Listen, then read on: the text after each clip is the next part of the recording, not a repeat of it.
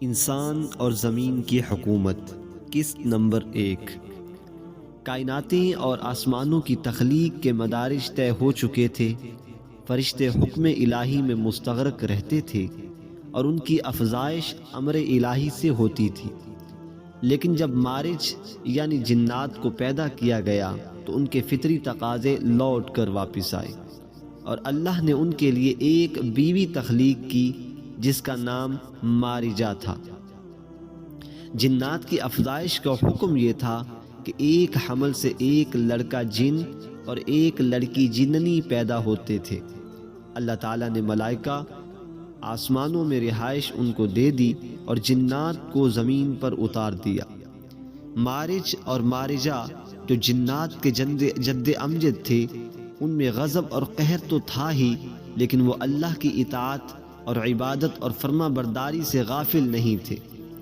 وہ آسمان پر فرشتوں کے پاس جاتے اور عبادت الہی کے لیے حمد و ثنا اور ذکر و تسبیحات سیکھ کر واپس آتے اور آ کر اپنی اولاد کو ان کی تعلیمات سے بہرہ مند فرماتے۔ جیسے جیسے ان جنات کی اولاد بڑھتی گئی، ان میں سرکشی کا عنصر بھی بڑھنے لگا اور آپس میں لڑائی جھگڑے اور اختلافات پیدا ہونے لگے۔ جنات کی نسل جب 1,00,000 سے تجاوز کر گئی تو ان میں کئی قبائل بن گئے۔ جب نسلیں ترقی کرنے لگتی ہیں تو خود سری اور سرکشی بھی جنم لیتی ہے۔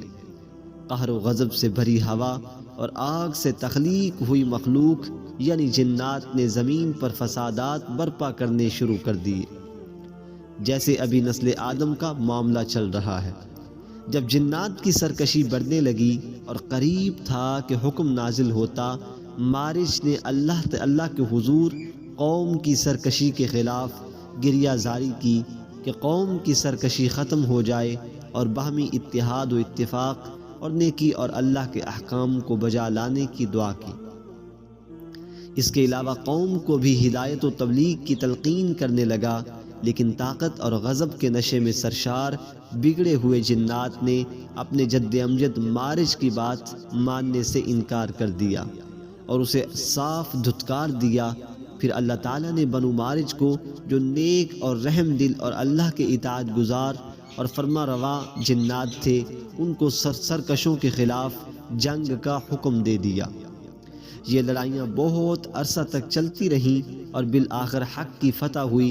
بہت سے سرکش اور گمراہ جنات کو قتل کر کے جلا کر راکھ کر دیا گیا اور بہت ساروں کو دور دراز جزیروں اور زیر زمین قید کر دیا گیا، اور زمین پر ایک بار پھر اللہ کا حکم چلنے لگا، اور زمین جو جنات کی سرکشی اور فسادات سے عاجز آئی ہوئی تھی، ایک بار پھر سے خوشحال ہو گئی۔ زمین پر ایک بار پھر نیک اور برگزیدہ اور فرما بردار حکم الہی بجا لانے والے جنات یہی رہ گئے۔ کچھ عرصہ آرام و سکون سے گزرا، لیکن کچھ عرصہ بعد جو سرکش جنات بچ گئے تھے اور پہاڑوں، جزیروں اور زمین کی تہوں میں چھپ گئے تھے، دوبارہ واپس آئے۔ کچھ عرصہ تک تو انہوں نے دکھاوے کی نیکی اور فرما برداری کی زندگی گزاری، لیکن کفر کی گمراہی اور سرکشی ان کی رگ رگ میں بھری تھی، لہٰذا انہوں نے دوبارہ وہی کام کرنا شروع کر دیا۔ اب کی بار انہوں نے طاقتور اور غیظ و غضب سے بھرے قبائل کو ایک دوسرے کے خلاف کرنا اور بھڑکانا شروع کر دیا۔ اس بات میں کوئی شک نہیں، وہ جنات بڑے متقی پرہیزگار تھے، لیکن ہوا اور آگ سے بنی یہ مخلوق بہت جلد بھڑک اٹھنے والوں میں سے تھی۔ اب کی بار زمین پر فسادات نے ایک نیا روپ دھار لیا اور بڑے بڑے قبائل آپس میں ایک دوسرے سے لڑنے اور کشت و خوں کرنے لگے۔ زمین ایک بار پھر جنات کی سرکشی، لڑائیوں اور فسادات سے بلبلا اٹھی اور بارگاہ ربی میں التجا کی کہ ان سرکشوں کو مجھ پر سے ہٹا لے، یا مجھے ہی حکم دے کہ میں انہیں اپنے اندر دبوچ لوں۔ ملائکہ نے بھی اللہ سے سفارش کی کہ جنات ایک بار پھر سے سرکش ہو گئے ہیں، اور اب کے حالات اس قدر برے ہیں کہ بس کہیں کہیں کوئی صاحب ایمان اور نیک پاک دامن جن رہ گیا۔ جو زیادہ صالح ہیں وہ آسمان پر آباد ہو گئے ہیں، زمین والوں کی نافرمانیوں اور سرکشیوں سے عاجز آ کے جنات میں جو جتنا نیک صالح ہوتا وہ اللہ کے حکم سے پہلے، دوسرے اور تیسرے آسمان تک آ سکتا تھا، تاکہ ملائکہ سے تعلیم اور حکم خداوندی سیکھ سکیں اور انہیں اپنی قوم تک پہنچائیں۔ اللہ تعالیٰ کی رحمت ہمیشہ سے اس کے غضب پر حاوی رہی۔ خالق کائنات نے سرکش جنات کی رہبری اور رہنمائی کے لیے ان میں سے نیک لوگوں کو انہیں ہدایت کی طرف بلانے کا کام سونپ دیا، اور یہ کام جس کو سونپا گیا اس کو نبی بنایا جاتا۔ اس امر میں سب سے پہلے ایک بڑے نیک زاہد و عابد جن، جن کا نام چلپانیس کو منتخب کیا گیا۔ چلپانیس گو کہ وہ بھی اپنی قوم کی نافرمانیوں اور کوتاہیوں اور سرکشیوں سے عاجز آیا ہوا اور بیزار تھا، لیکن حکم ربی کے آگے اس نے سر کو جھکا دیا اور قوم کو واعظ و تبلیغ کرنے لگا اور انہیں حکم الہی کی طرف بلایا، لیکن سرکش قوم نہ مانی بلکہ نبی اللہ کو شہید بھی کر دیا۔ زمین کی یہ گریہ زاری آسمان کے فرشتوں اور عرش الہی کو بھی ہلا گئی، لیکن اللہ کی رحمت نے پھر جوش کھایا اور غضب پر حاوی ہوئی۔ چلپانیس کے بعد ایک اور نیک بزرگ جن کا نام بلیقا، جو کہ بہت نیک زاہد و عابد ہونے کے ساتھ بادشاہت بھی رکھتے تھے، ان کو یہ کام سونپا گیا۔ ان کا دور اچھا گزرا۔ جو لوگ تبلیغ و تعلیم سے راہ راست پر آنے والے تھے انہیں تبلیغ سے، اور جو نہ ماننے والے گمراہ و سرکش تھے انہیں جنگ سے زیر کیا گیا، اور اس طرح پھر سے حکم الہی عام ہوا۔ ان کی وفات کے بعد آہستہ آہستہ قوم پھر اسی طرف آنے لگی، اور اسی طرح 800 سے زائد نبی بھیجے گئے جو قوم کو سمجھانے اور اللہ کی طرف بلانے کا کام کرتے رہے۔ پھر جب جنات کی سرکشی بڑھی، اور یہی معاملہ بنی نوع انسان کے ساتھ ہمیشہ سے چلا آ رہا ہے، تو ایک اور بزرگ جن کا نام حاموس تھا ان کو مبعوث فرمایا گیا، جنہوں نے قوم کو سخت تنبیہ کی کہ اگر نہ مانے تو سخت سزا دی جائے گی، اور قوم جنات نے عہد کیا کہ وہ فرما بردار ہی رہیں گے۔ یہی وہ زمانہ تھا جب عزازیل یعنی ابلیس کے والد اور والدہ کی پیدائش ہوئی۔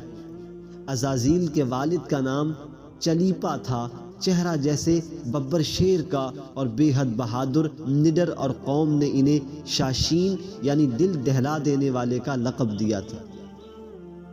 جب وہ میدان میں ہوتا تو دشمن کا دل اسے دیکھ کر کانپ اٹھتا تھا۔ ابلیس کی والدہ کا نام نبلیس تھا، جو قوم جنات کی سب سے زیادہ طاقتور مادہ جنات میں سے تھی، کہ کئی 100 کا مقابلہ کر سکتی تھی۔ ان کے چہرے کی ساخت جیسے مادہ بھیڑیے کا چہرہ ہوتا ہے۔ واضح رہے کہ جنات کی شکلیں مختلف ہوتی ہیں یا ہو سکتی ہیں، اور یہی ان کی پہچان اوپر بیان کی گئی کہ وہ کسی بھی صورت میں متشکل ہو سکتے ہیں۔ ان دونوں کے بارے میں مشہور تھا کہ جس قوم میں چلیپا اور نبلیس ہوں وہ کبھی ہار نہیں سکتی، کوئی قوم ان کا مقابلہ نہیں کر سکتی۔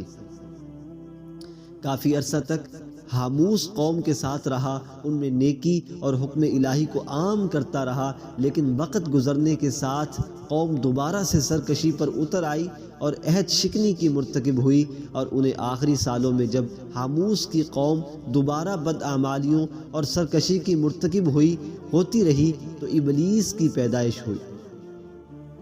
قوم اس حد تک نافرمانیوں اور برے اعمال میں پڑ گئی تھی کہ زمین تو عاجز آئی ہی ہوئی تھی، آسمان بھی ان کی سرکشی سے ہل گیا۔ اللہ کے مقرب فرشتے زمین و آسمان کی آہیں اور گریہ زاری اللہ تک پہنچانے لگے۔ آخر مدت پوری ہوئی، رحمت کا دروازہ بند کر دیا گیا اور سرکشوں پر آسمانی عذاب نازل ہوا۔ اللہ نے فرشتوں کا ایک بہت بڑا لشکر زمین پر بھیجا، اس حکم کے ساتھ کہ سرکشوں اور نافرمانوں سے زمین کو صاف کر دیا جائے۔ فرشتوں کا لشکر زمین پر آیا اور انہوں نے زمین کو نافرمانوں سے پاک کرنے کے لیے جنگ شروع کر دی۔ اس بات میں کوئی شک نہیں کہ جنات بھی غیظ و غضب سے بھری ایک سرکش قوم تھی، جن کی تخلیق میں ہوا اور آگ کو عنصر پایا جاتا تھا، لیکن ملائکہ کے لشکر کے آگے ان کی کچھ نہ چلی اور وہ قتل ہونے لگے۔ ابلیس کے ماں باپ بھی اس جنگ میں تھے اور سب کو لگتا کہ ہم مٹھی بھر فرشتوں کو مار گرائیں گے، لیکن دیکھتے ہی دیکھتے ان کے حملے کمزور ہونے لگے اور وہ جنات پسپائی اختیار کرنے لگے۔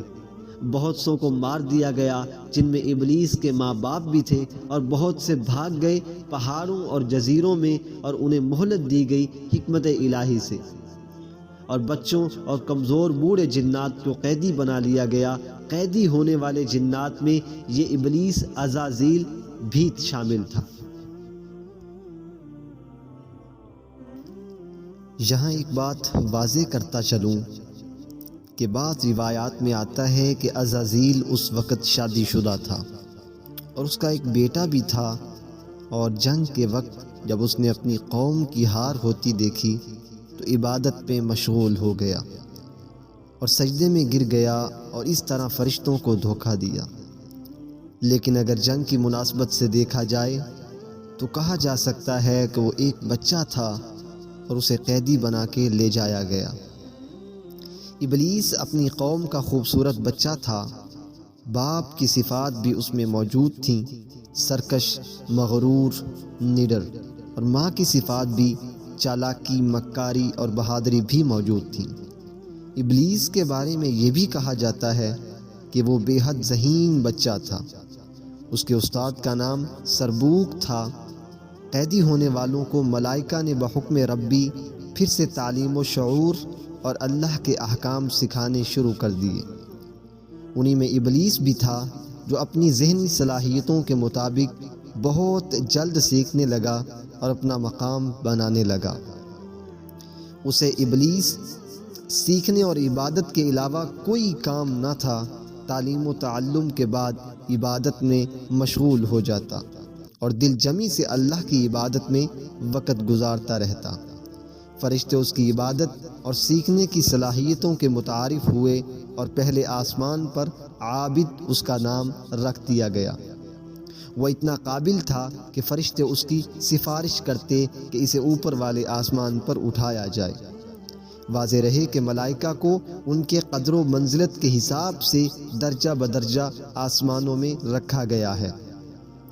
فرشتوں کی سفارش سے بحکم ربی ابلیس کو دوسرے آسمان تک کا بھی پروانہ مل گیا۔ وہاں بھی اس نے اپنی قابلیت اور عبادت و ریاضت سے بہت جلد ایک الگ مقام حاصل کر لیا، اور وہاں اسے زاہد کے نام سے پکارا جانے لگا۔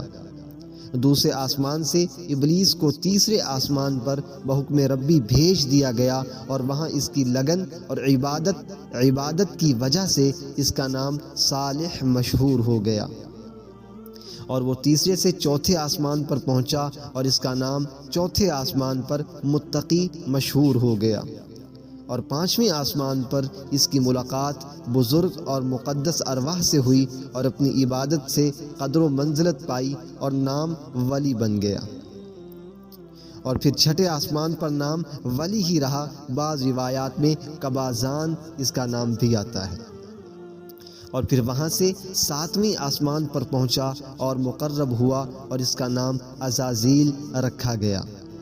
یہاں پہنچ کر اس ابلیس نے اپنی عاجزی اور ریاضت کی حد ہی کر دی۔ 14,000 مرتبہ عرش معلی کا طواف کیا اور اپنے علم و عبادت اور مہر خداوندی کے باعث فرشتوں کا استاد بن گیا، اور بہت عرصہ تک انہیں درس و تدریس دیتا رہا۔ پھر حکم ہوا کہ جنت کے داروغہ رضوان کی معاونت کرو اور اہل جنت کو اپنے علم و فضل سے بہرہ مند فرماؤ۔ یوں ابلیس کو جنت میں داخلے کا پروانہ بھی مل گیا، اور جنت میں بھی اپنے علم و عبادت کے دریا بہائے اور داروغہ جنت کو بھی اپنے علم سے سیراب کیا۔ اسی دوران وہ جنات جو جنگ کے میدان سے بھاگے تھے اور چھپ گئے تھے واپس آ گئے اور زمین پر فساد برپا کرنے لگے۔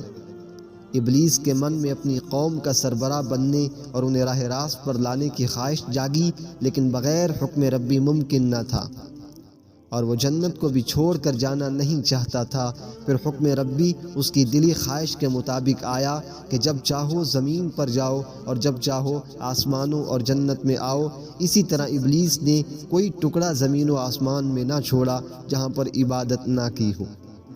بعض روایات میں یہ بھی آتا ہے کہ وہ پہلے زمین پر اور سمندروں کی تہوں میں سجدہ ریز ہوا اور پھر اسے آسمانی دنیا پر اٹھا لیا گیا۔